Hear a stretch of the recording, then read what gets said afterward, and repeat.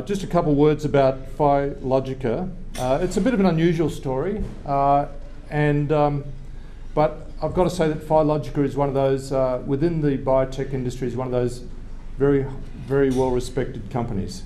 So listen to this story and get your head around it. It is an unusual one in that regard. If you look at who or which companies Phylogica has done deals with, they're kind of the top-tier international pharmaceutical companies. You go down, there are 4 companies there. One is Pfizer, which is the biggest pharmaceutical company in the world. Roche, MedImmune, which is part of AstraZeneca, and Janssen, which is part of Johnson & Johnson. So there's a bit of credibility from that side.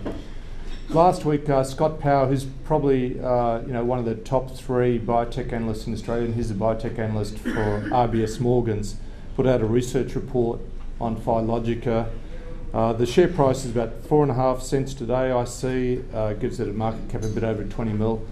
He's got a target price of 9.3 cents on it, and I think it's in his own personal account. So he screens every biotech company listed on the ASX, and he's put it in his own personal account. And I think that says something. So we've got that research report, and if anyone would like a copy of that, that's from last week, let us know, and we'll email that to you very soon. But enough from me. First speaker is Paul Watt. Would you please welcome Paul?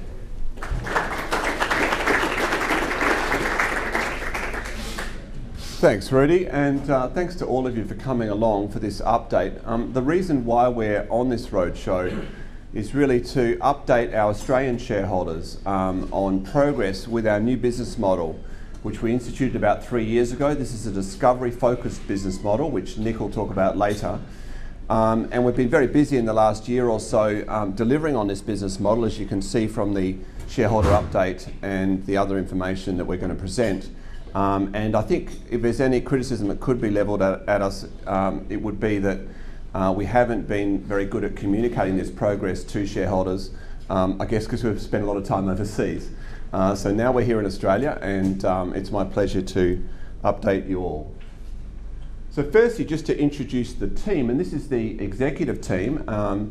I should say before I get into this that we've recently appointed a chap known as Jeremy Kerner-Cook, who's got a very esteemed reputation in biotech, having run the Rothschild's Bioscience Unit, Bioscience Fund in the UK. He's also on the board of a lot of key biotechs, including some with successful exits. And we're very proud to have recruited Jeremy Kerner-Cook to the board as a non-executive director. The other non-executive director who's on here is Bruce McCarry, who's associated with the founding institute, the Telethon Institute for Child Health Research in Western Australia. He also used to work for Rothschild's Biosciences Fund as their financial controller. So just quickly to introduce the team. We're lucky to have Doug Wilson as our chair. He used to run medicine globally for a large pharmaceutical company called Boehringer Ingelheim, and has a lot of experience and has helped us position our offering in a way that's attractive to large pharmaceutical companies, as evidenced by a recent deal flow. My background, I had a strong science background that's relevant to the type of screening that we've been involved in, but I also have some commercial experience, having invented and patented a medical device which is now CE marked and FDA approved and marketed globally. So I do have some experience in commercialising biotech, and very lucky to have Nick Woolf with us, who was recruited last year.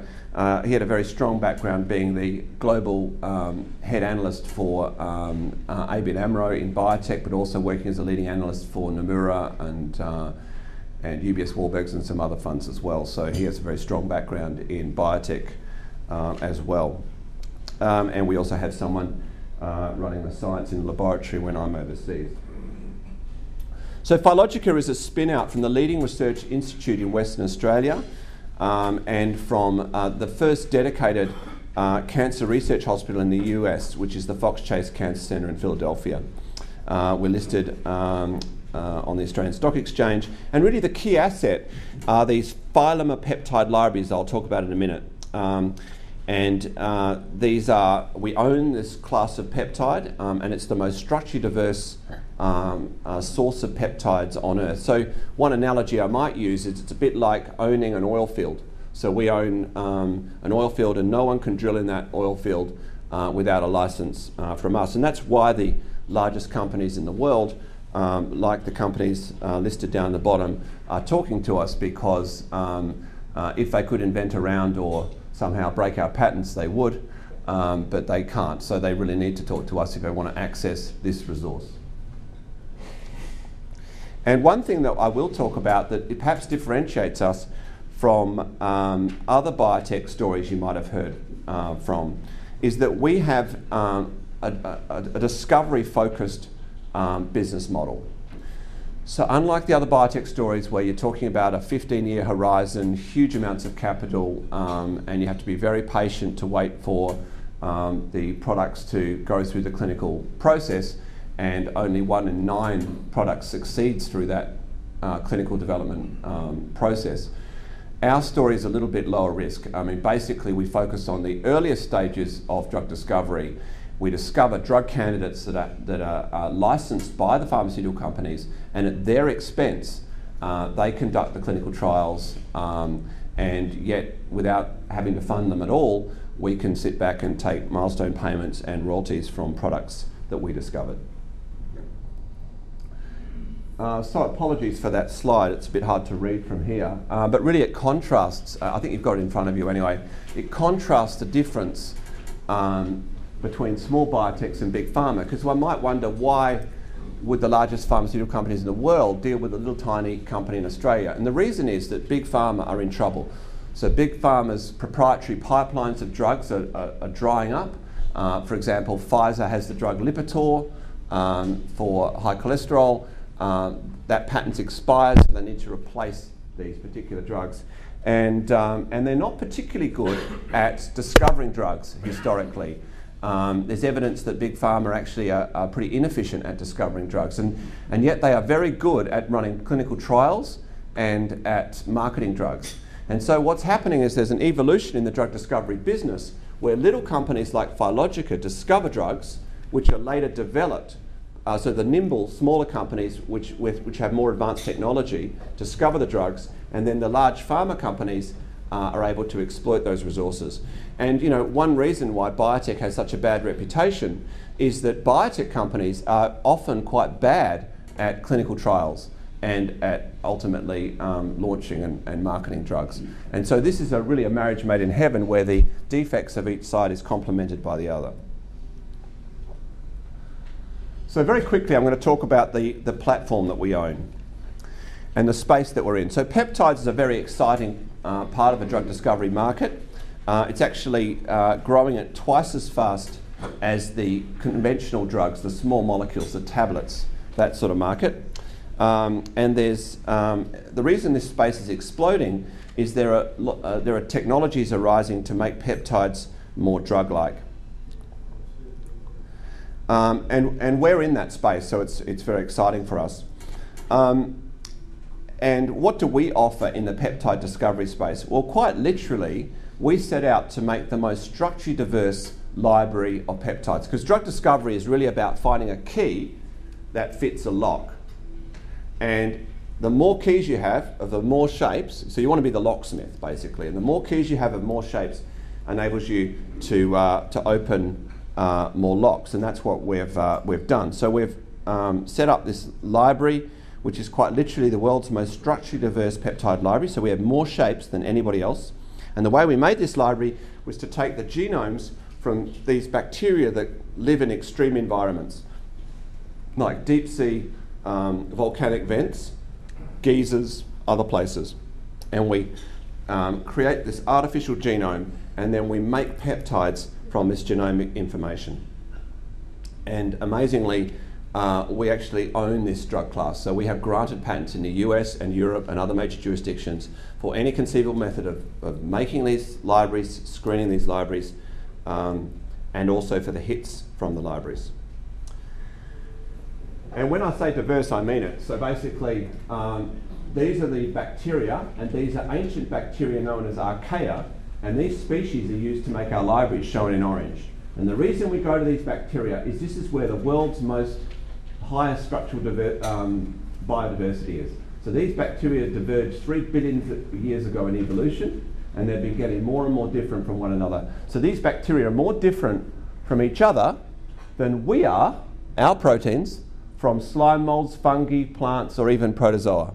So we're more similar to amoebae than these bacteria are from one another. So that's why we went to bacteria. This is where the action is in terms of diversity. And this is another important slide which talks about why we're different from all other drug discovery companies in this space. So you may have heard about the biologics revolution. These are smart drugs like antibodies. It's expected that half of all drugs by 2015 will belong to this smart drug category. And the reason for this revolution is access to more targets, and antibodies are part of that. But all antibody companies, and there are plenty of them, and all protein scaffold companies, which is an antibody replacement technology, all of those companies are displaying diversity within one structural theme. That's like taking one brand of key and making that key fit all locks. So it's no wonder that the key often doesn't fit quite right initially. So the hits are of low affinity for the target and they're not quite right. And a lot of work's required to grind those keys and make them fit the locks. We set out to be the locksmith, to have as many keys as possible. And so we've literally got billions of keys, billions of peptides from thousands of structural families, so thousands of key brands. So that's why the big pharma companies are coming to us.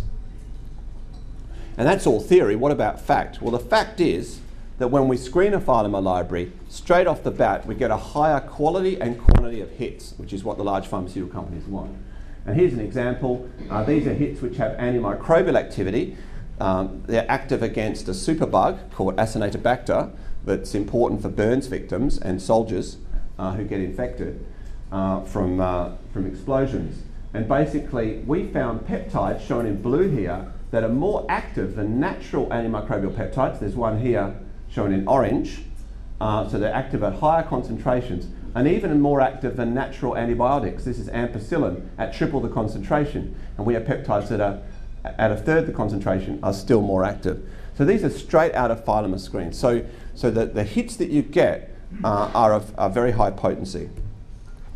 And the hits can work directly in animal models without any further optimization. So this is a stroke model. These phylums hit a target inside cells that's involved in the brain damage following a stroke.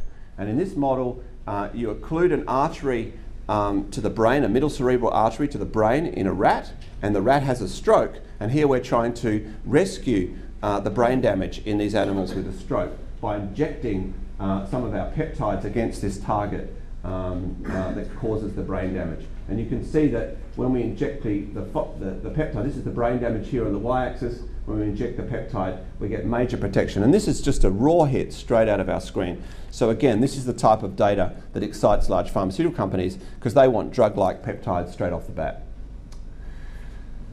And the other area where we're getting a lot of interest is in delivery to new targets. And this just shows the diversity that we have in the libraries, an enormous amount of structural diversity, and we can use that for hitting all sorts of different targets inside cells. Sorry about this, you can probably read it better on your particular slide. The reason there's a lot of excitement about hitting targets inside cells is that currently these smart drugs can't get into cells, and yet 90% of potential drug targets, disease-associated proteins that you'd like to hit to cure diseases, 90% of them are inside cells. So the problem is that the new drugs, the smart drugs, can't get into cells, and the old drugs, which is conventional small molecules, can only access a small fraction, about 10% of proteins inside cells. So if one could crack open the cells and get smart drugs into cells, there's a huge array of targets that one could hit. So it massively expands what's known as the druggable landscape. So that's what we can do with our phylums. We've found phylums that can get into cells. And this was the driver for the Roche deal that we did a couple of years ago, and it was the driver for the Janssen deal that we did at Christmas. And phylomers have these unique properties for getting into cells. They're a particularly rich source of these cell-penetrating peptides that can pull big smart drugs into cells. And we've found these phylomers with intrinsic cell-penetrating activity, and better than that, we've found phylomers that can get into particular cell types and not others, which is very valuable. And that's actually quite important to reduce side effects. And the other area, the final area I'm going to talk about, is an area that we're getting a lot of excitement around, which relates to our Cambridge spin-off, the Phylogica asset that we'll be talking about later. Turns out that most drugs are discovered through phenotypic screening. What does phenotypic screening mean? Phenotypic screening means cutting to the ultimate chase. Okay, so penicillin was discovered because Fleming had a petri dish, he had some bacteria growing on the petri dish and had a fungus that landed where the bacteria were, and the fungus colony killed all the bacteria around it. And so basically it showed that the fungus had something in it, penicillin, that killed the bacteria around it. That's a phenotypic screen because you cut straight to the chase. You look for the feature that you're looking for at the end. And other drugs like aspirin, turns out, comes from willow bark, for example. There's another thing where it comes from and it was discovered by the properties of the aspirin itself. So basically, even though people have been doing this high throughput screening against targets they think are interesting as drugs, they've been doing that for decades, the rate of discovery of drugs with that approach is no better than the old-fashioned approach, which is cutting straight to the chase, cutting straight to the property you're looking for in the drug. So big pharma are now getting back to their origins. They're getting back to this phenotypic screening to discover new drugs. And the other reason why it's important is when you do phenotypic screening, you discover new targets. It's a target agnostic approach because you don't know the target yet and you find that afterwards. You find the drug and then you find the target. So it's more empirical. And so basically that's important because big pharma are running out of targets and they're looking for new ones. And so over a 3-year collaboration with Cambridge University, we showed that you can use phylomer libraries in phenotypic screens and you can discover new targets. And that's important because it creates new market opportunities for Phylogica. And already we're talking to 2 large pharmaceutical companies about this technology. And in fact, we're so excited about this venture. We've established a joint venture with Cambridge University and the Medical Research Council Cancer Cell Unit in Cambridge. We've validated the approach and we've set up a fee-for-service target discovery business model similar to Phylogica's business model in drug discovery, and really showing that we can focus on some key pathways that we know there are customers for. So we're very excited about this opportunity, and I guess Nick will talk about that briefly at the end. So in summary, we've developed a suite of technologies that integrate to allow us to do things that other drug discovery companies and certainly peptide drug discovery companies can't do.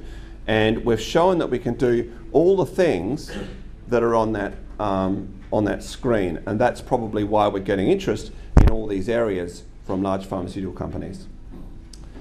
And we're very lucky to be able to own this particular class of peptides. We've spent about $2 million protecting our patent portfolio over the years, and it's paid off. We now have granted patents in major jurisdictions like the US, like Europe and other major jurisdictions, covering any conceivable method of making or screening phylomer libraries. Or also, we even have composition of matter, which means we own the libraries themselves as stuff. So that's why the pharma companies have to come to us. And I guess I'll switch over to Nick now, who will take people through the business model and how we're making money from this approach. Thanks, Paul, and just like to add my welcome and thanks for everyone coming along to hear the story. Now, I'm not sure whether Paul may have lost some of you in the room on talking through the science, but now I'm going to talk about something that you will all understand: how we're making money from this platform and how we're going to give a return to our shareholders. But firstly, just to sort of add to talking about the business itself. I mean, Paul has talked you through the libraries and the value of the libraries and what they can do. But the key is trying to create a business out of that. And what we have done with those libraries is to create really an integrated platform for drug discovery, as well as target discovery and validation. So it's not just the libraries, it's integrating those libraries with methods of screening those libraries. Paul's talked a lot about hits and primary hits and the quality of our primary hits, but we also have the technologies in-house to take those hits and optimize them into drug candidates, the things that are ready to go into clinic. And that creates this one-stop shop for us. We've got access to technologies that increase the half-life of the peptides so that they circulate in the body longer. We've got access to technologies that stabilize the peptide so that the enzymes don't break them up and they increases their potency. So we really can say to big pharma companies, if you want to outsource your peptide drug discovery, you come to Phylogica. So our business model is focus on what we're good at, focus on our core competencies. And our core competencies are not in the development phase, as Paul alluded to. That is where big pharmaceutical companies are strong. They have the clinical expertise to develop these drugs and obviously to market them. What we're good at is in the orange. So the discovery and the optimization of drug candidates based on peptides sourced from our libraries.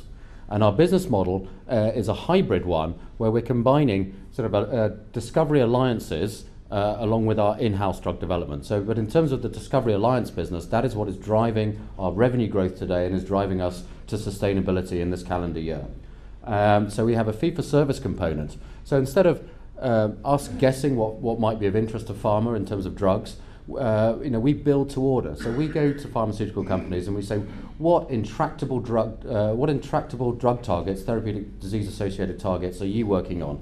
What are you finding difficult to drug? Let us, Phylogica, interrogate our libraries. You pay us, we'll interrogate our libraries against targets that are of interest to you, and you pay us an upfront fee to have exclusivity for a period of time over what we find, and you pay us research costs, with some level of markup associated with that. But we pre-negotiate in all our deals the downstream rights, so that if they like the peptides we produce, obviously they've paid us for us to produce them. If they like them so much that they want to develop them, then it triggers a licensing agreement, a commercial license agreement, where they have to pay us a significant sum to have the commercial rights, and we get milestones through the development phase and the regulatory phase of bringing those drugs to market, and we get royalties on ultimate sales.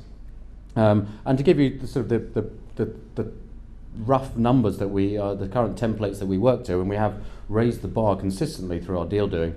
We ask around $150 million we ask for $150 million of milestones for a drug to get to market, and we ask for royalties in the sort of the mid-single digit range, up 3% up to 5%, that sort of range. But through this business model, we're not exposing ourselves to any financial development risk. So we're not putting any of our own money into developing these candidates that our partners are funding. So if you knew us last year and heard the story last year, we would have talked about these three collaborations, and they're in three very different fields. We're working with Roche around delivering to the central nervous system, that's CNS. Working with, at the bottom there, is Pfizer, working in the field of vaccines, finding peptides that can be used as a therapeutic vaccine. And with MedImmune, which is the biologics unit of AstraZeneca, we're working on finding novel antibiotics. But we've started this year with a really cracking deal with Janssen, which is the pharma arm of Johnson & Johnson, as Rudy mentioned, on a totally new field, which is exploiting the cell penetrating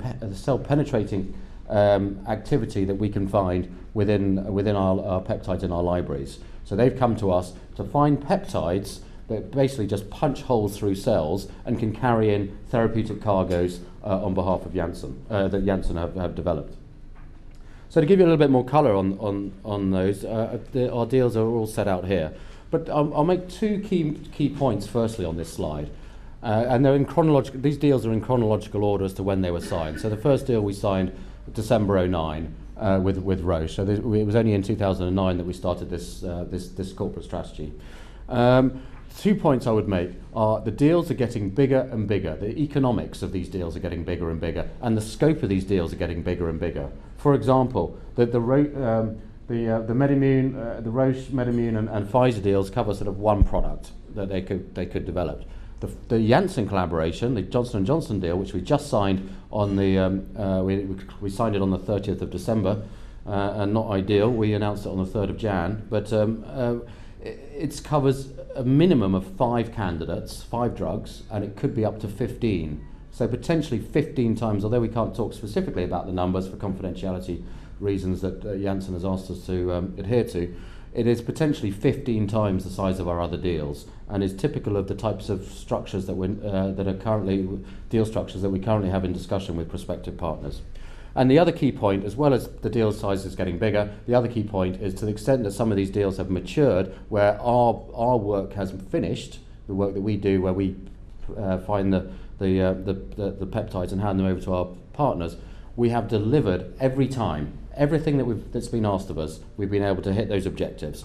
So, just briefly, Roche collaboration around finding peptides that can cross the blood-brain barrier, which is a layer of cells that stops most drugs passing through. So very difficult to get biological drugs into the brain without directly injecting into the brain. We can do that with peptides that we've discovered. They can carry big therapeutic cargoes, big biological cargoes, payloads into the brain through the blood-brain barrier.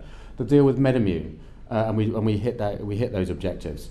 So Roche are now evaluating those peptides with a view to exercising the commercial license that then triggers much bigger sums of money.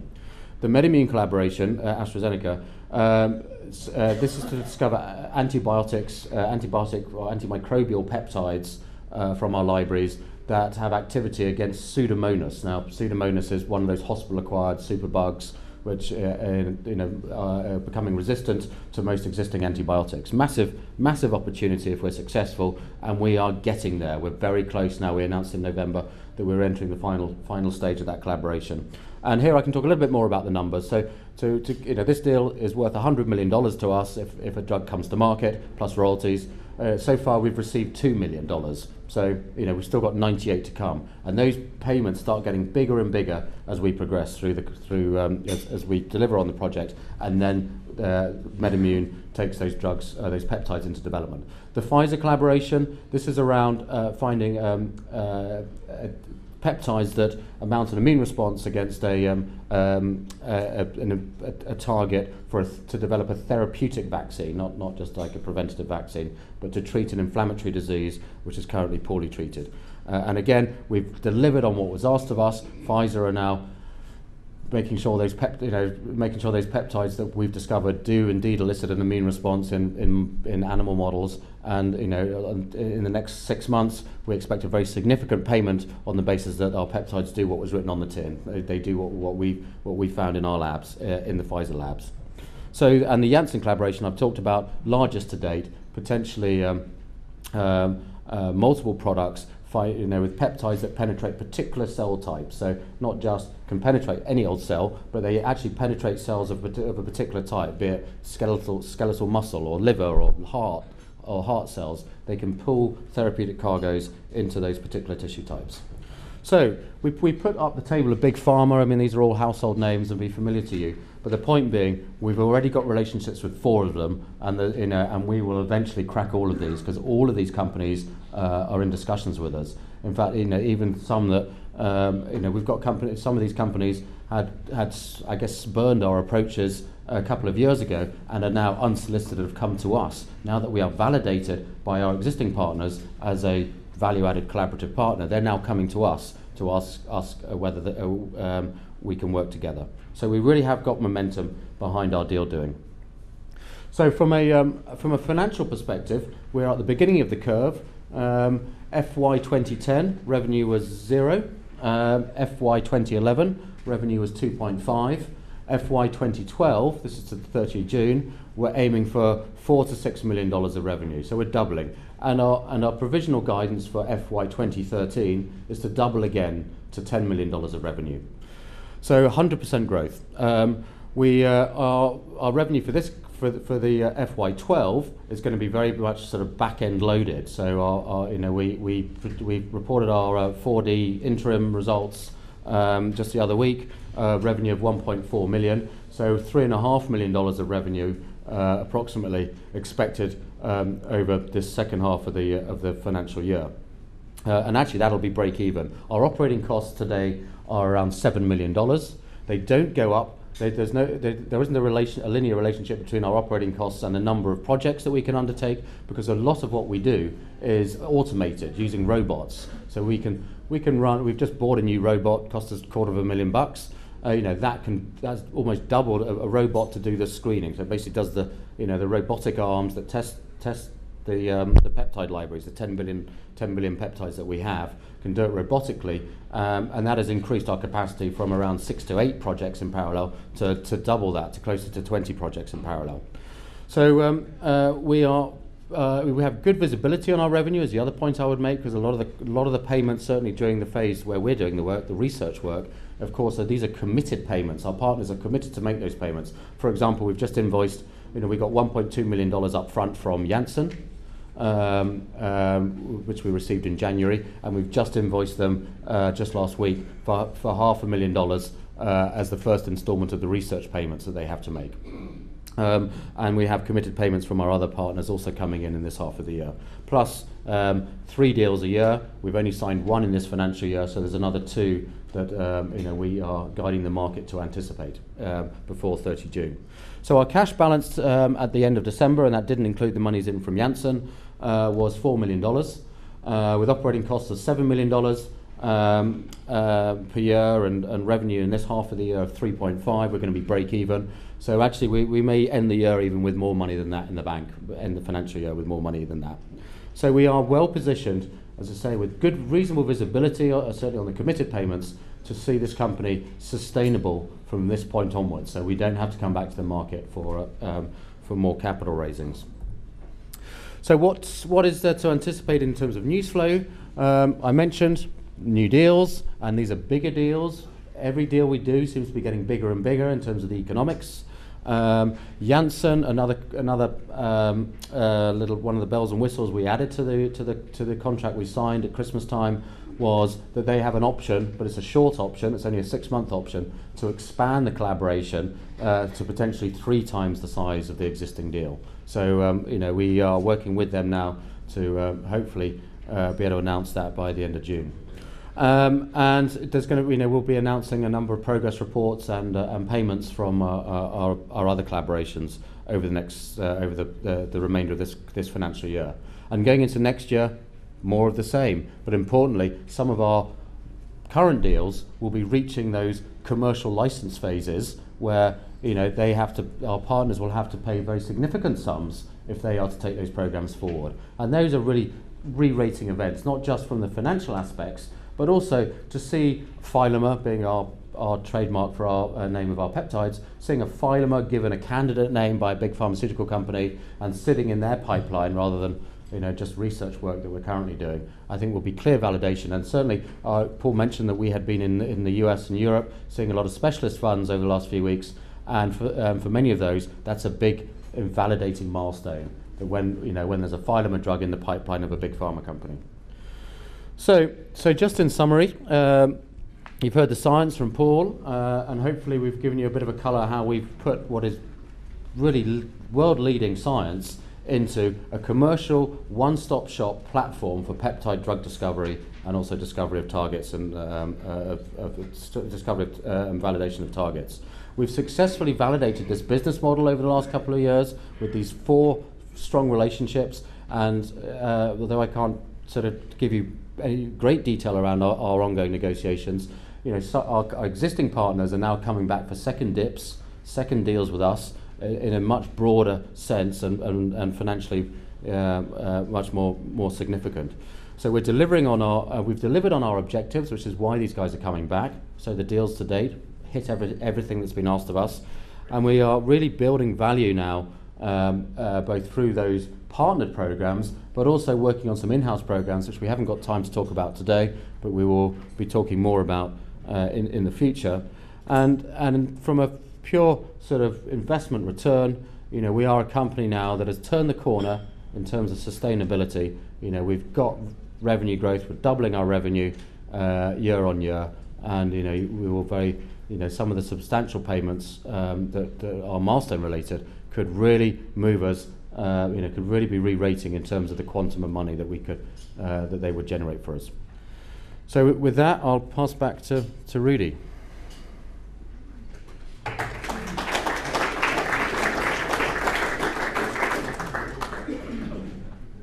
So I'm sure you agree, very interesting presentation. Thanks, guys. And no doubt there are questions. So in asking questions, could you please state who you are and where you're from? James Georges from Patterson's. Thanks for that question. That question is, the question was regarding whether we are going to move downstream in our expertise from just being a drug discovery company to one that has clinical development as well. The question gave the example of Quintiles, which is a successful company. That is a contract research organisation, so they basically perform trials under contract for other companies, mainly big pharmaceutical companies. I mean, the quick answer is yes, absolutely. We see ourselves moving downstream. Our business model, and you'll see it actually this year in some of the deals that will be announced. In fact, one that's pretty nearly out of the blocks already. One of the 3 that we hope to announce in this financial year, where we're not moving to say we're developing it ourselves, but we will be co-funding. We have the option. We're retaining an option to co-fund development with our partner, and in doing so, and I guess was the point of your question, we retain more downstream rights. So by rather than just having $100 million of milestones and single-digit royalties, we will have a profit share. We will have a proper stake, a substantial stake in a successful peptide. But we're doing it piecemeal. Firstly, because of our capital constraints, and secondly, that we know what we're good at, and we want to stick with what we're good at. When we can afford to build our own clinical expertise, we will. Did you want to add to that? I might just add one more thing. In terms of these co-investment options that we're putting into our subsequent deals, it's important to note that these are at our election. So again, we really don't want the exposure to commit ourselves to clinical development at this stage, because obviously we're cash constrained, but it is good to have this option in the future. Just for people who are interested in the hybrid business model that we have, there are companies that have successfully executed on this hybrid business model. And a good example would be Morphosis in Munich, or another company, Galapagos, in the Netherlands. And Galapagos just announced a deal yesterday, which is $1 billion deal.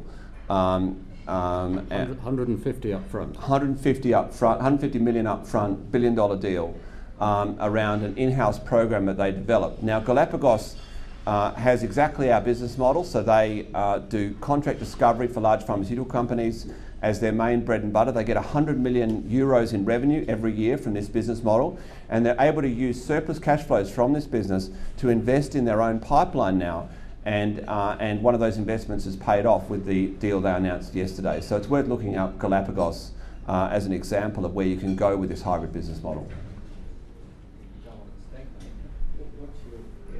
Well, I just emphasise that we own the drug class. So if I go back to the patent slide, which is here somewhere, we actually own the class irrespective of the peptides in the library. So that's the last bullet point there is a granted claim that's been granted in Europe, for example.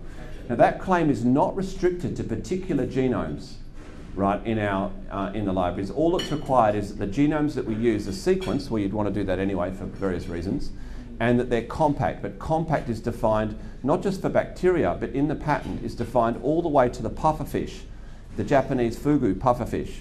So we own any genome from bacteria and viruses all the way to pufferfish without restriction to the genome. So our libraries currently contain billions of peptides from thousands of structural families.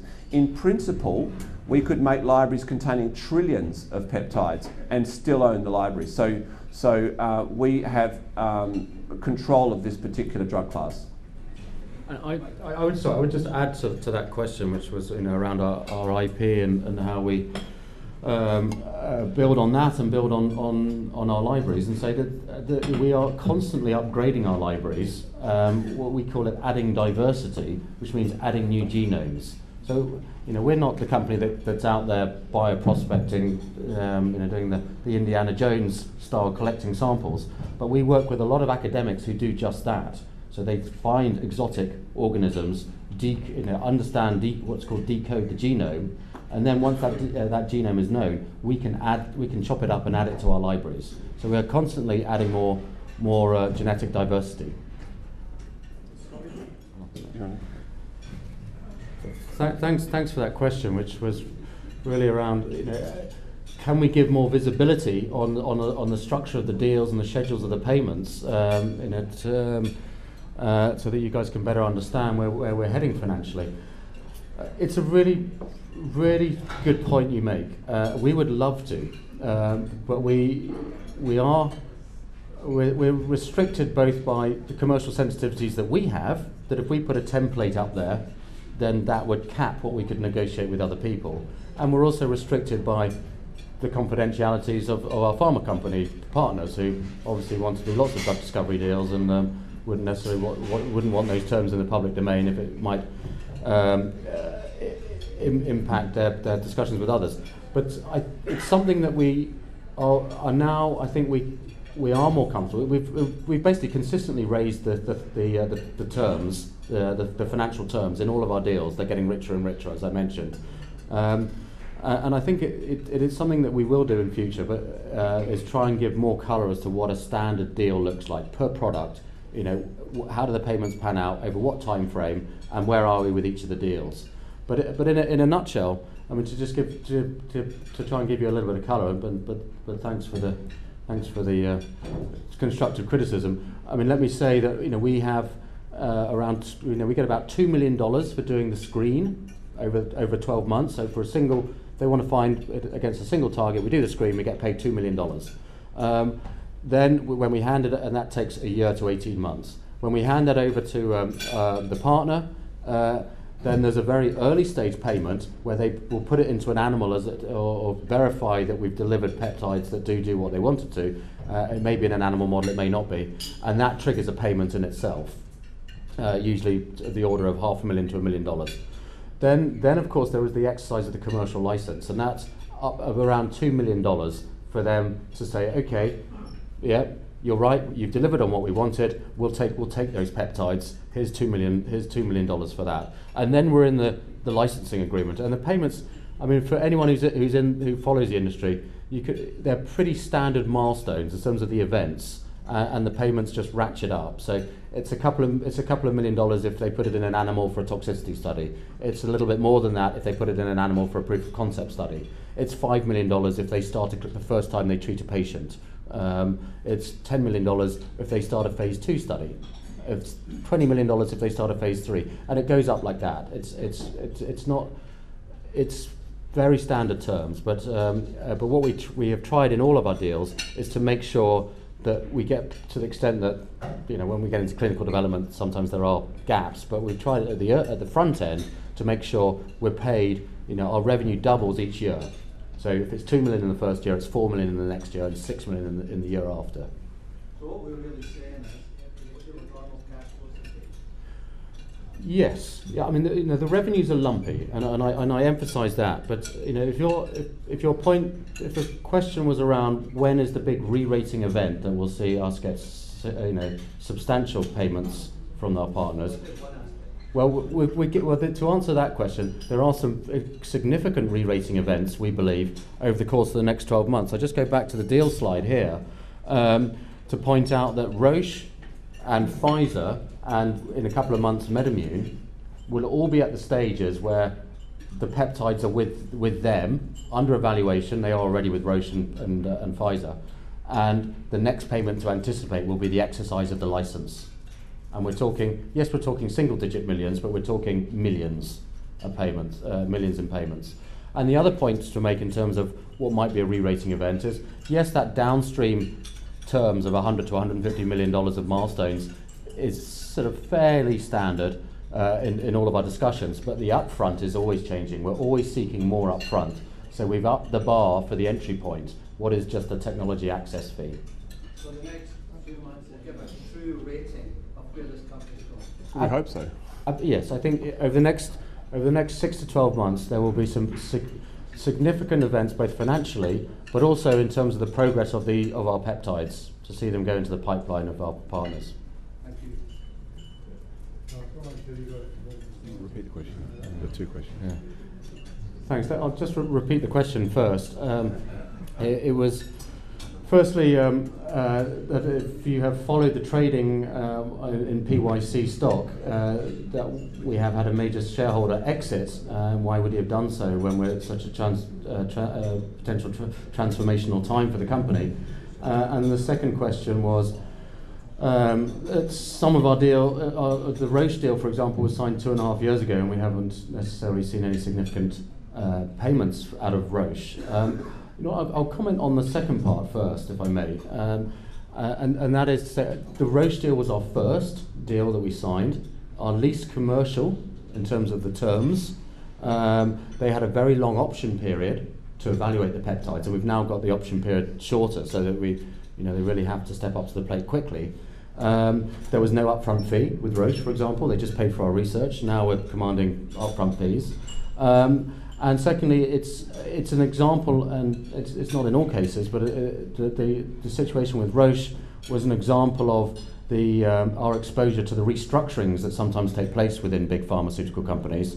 Roche has restructured its neurological group. We were dealing with a team in Switzerland, and that team is no longer operating, and the focus, so then the peptides that were being evaluated that we produced have now shifted to a group in the US. So it has taken longer than our other deals. We anticipate our other deals will, to get to a stage where there are some significant payments. So to go back to the other question, yeah, our share register has changed over the last few months.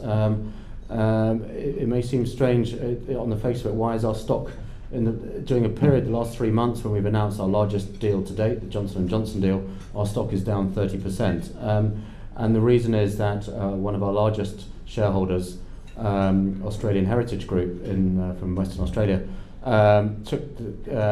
decided that they wanted to exit, and they exited through on-market trading. They exited in a fairly aggressive fashion in terms of the amount of stock that was hitting the market in what is traditionally, obviously, the Christmas summer quiet period in trading.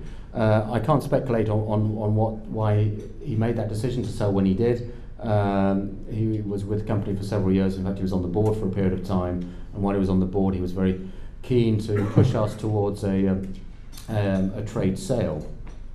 And we have always considered a trade sale as a good option, a good exit opportunity for the company, but not one that we will get best value from by raising the for sale flag outside the labs, but one that will come about through our business development activities.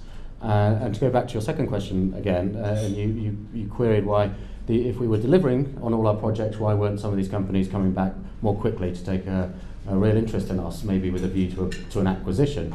And I would say we anticipate that potentially in the next round of deals that we're doing with these companies, that there will be equity stakes, maybe as a precursor to a takeout.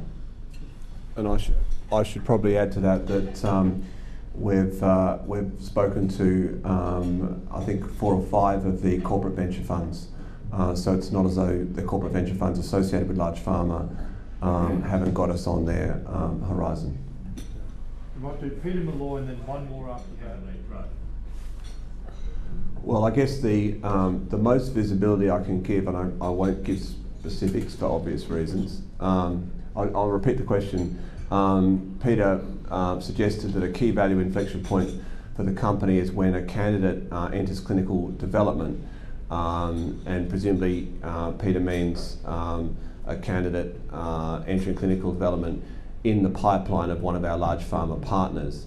And I have to be very careful here to say that because our confidentiality clauses prohibit us from talking about specifics, but what I can say is we have identified multiple candidates for both the Pfizer collaboration, which is a therapeutic vaccine approach, and those candidates are being tested in efficacy models within Pfizer, and in one of the other collaborations, again, we've identified some candidates with the properties that the partner was looking for. I do agree that it's an important inflection point for the company. I think we'd expect a major re-rating when that takes place, although historically discovery companies also get re-ratings when the same pharma company that is dealing with the discovery partner comes back for more. And we are certainly in second stage discussions with some of the pharma partners with whom we have deals already. And if you look at the history of library companies, if investors see that the pharma partners are coming back for more, that's considered to be a major validation that the library is delivering what they're looking for.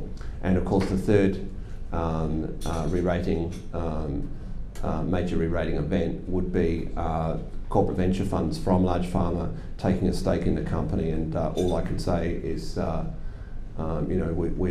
we have multiple discussions with those funds, and we're looking at building those sorts of components into future deals. Last question, Mark. Well, obviously it actually depends. The question is, what's the attrition rate for discovery compounds as they progress through to the clinic or to development process, and what's our kind of expectation on that front?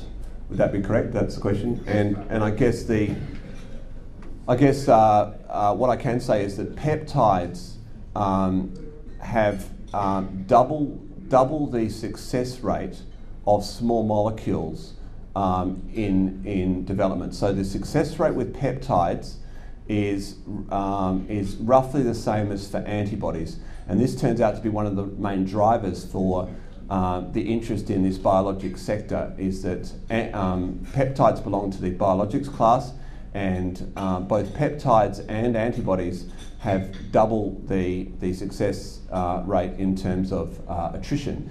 But the good news for us is that even if, let's imagine that 1 in 10 of our candidates was to be successful in the preclinical models, and then only one of those molecules enters the clinical development program of our pharma partners, that's fine, because we have such a high hit rate and such a high quality of hits, and Peter Malloy will understand what this means, but we can get picomolar primary hits, which is pretty much unheard of in peptide drug discovery.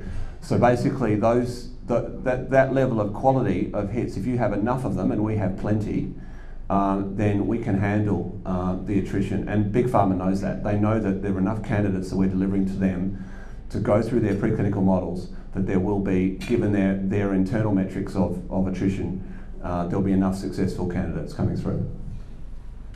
Actually, Jim had his hand up. For them, whether they, and it usually triggers a separate, it has done today, they're quite autonomous, so it triggers a separate set of due diligence.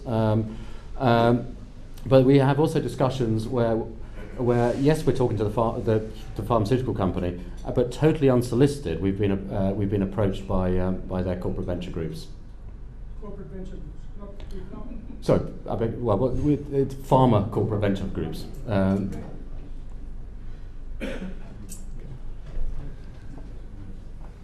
We've run out of time. There's obviously a lot of interest. I might point out this is the first broker's lunch Phylogica has ever done. It's been a in-the-know kind of story, but I hope you've enjoyed it. I'm sure you have. And finally, door prize. So we might get Paul to draw the...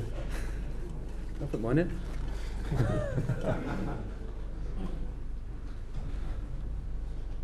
James O'Driscoll from BBY. Congratulations. Anyway, thanks everyone for coming. Please thank Paul and Nick one last time. A great presentation.